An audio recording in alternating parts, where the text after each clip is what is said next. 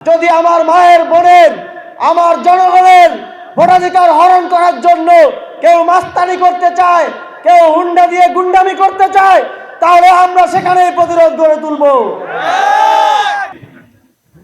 কোন কোন দল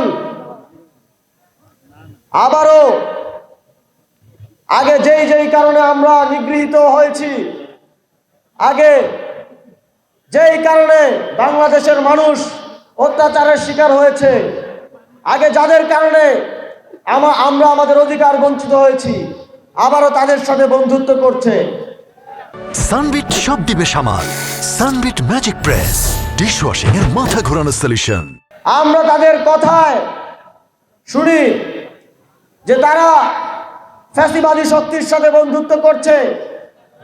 আপনাদের আসলেও করেছে না? আমরা দেখি যারা ফেলানীকে শহীদ করে কারাগারে ঝুলিয়েছিল, যাদের কারণে আবরার ফাহাদ শহীদ হয়েছিল, যাদের বিরুদ্ধে কথা বলে শরীফ ওসমান হাদি শহীদ হয়েছে, যাদের বাধায় তিস্তা পারের জনগণ তিস্তা মহাপরিকল্পনার বাস্তবায়ন পায়নি, তাদের সাথে আবারও বন্ধুত্ব করার চেষ্টা করা হচ্ছে। আবারও দিল্লির গ্রিন সিগন্যাল নিয়ে বাংলাদেশের ক্ষমতায় আরোহণের চেষ্টা করা হচ্ছে। আপনারা কি তাদেরকে আবারও দিল্লির গ্রিন সিগন্যাল নিয়ে আসার পর এদেশের ক্ষমতায় আরোহণের জন্য ভোট দেবেন? তাদেরকে বাংলাদেশের জনগণ লাল কার্ড দেখানোর জন্য প্রস্তুত হয়ে বসে আছে। তবে জনগণের সেই ভোটাধিকার নিশ্চিত করার জন্য আপনার আমাদের সকলকে ত্যাগ স্বীকার করতে প্রস্তুত থাকতে হবে। আমাদের সকলকে 12ই ফেব্রুয়ারি লড়াই করতে প্রস্তুত থাকতে হবে। যদি আমার মায়ের বোনের আমার জনগণের ভোটাধিকার হরণ করার জন্য কেউ মাস্তানি করতে চায়, কেউ হুন্ডা দিয়ে গুন্ডামি করতে চায়, তাহলে আমরা সেখানেই প্রতিরোধ গড়ে তুলব।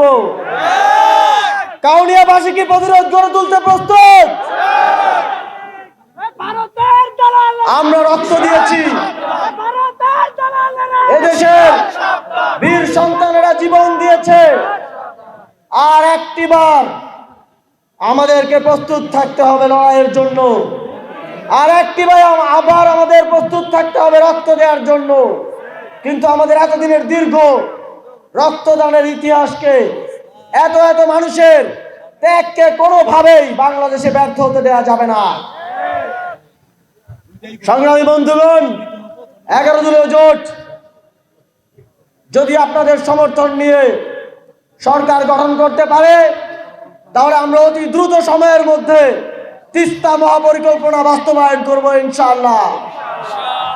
আর কোনোদিন তিস্তা পারের জনগণকে খরার সময় পানির অভাবে কষ্ট পেতে হবে না। আর কোনোদিন বর্ষার সময় ব্যারেজ খুলে দিয়ে ডুবিয়ে দেওয়া হবে না।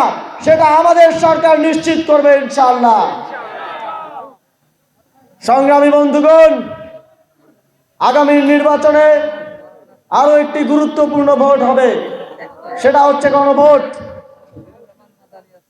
আমরা যদি নিশ্চিত করতে চাই আর কেউ শেখ হাসিনার মতো ফ্যাসিবাদী হয়ে উঠতে পারবে না, তাহলে গণভোটে হ্যাঁ ভোট দিতে হবে।